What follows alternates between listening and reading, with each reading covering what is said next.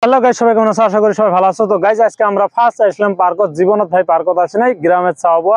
তো আজকে পার্কত আসলাম। আজকে কিছু তোমাকে ফানি পোস্ট দাম পার্কত আসি কেমন করে সেলফি নেওয়া যায় বা ফটো ওঠা যায়।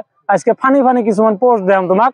তো ভিডিওটা সবাই দেখবেন কেমন করে কি পোস্ট দেয় তোমাকে। আজকে বহুত ধরনের ফানি পোস্ট পাবেন। তো চলো আজকে আমরা পোস্ট করি আর তোমরা সবাই দেখে থাকো।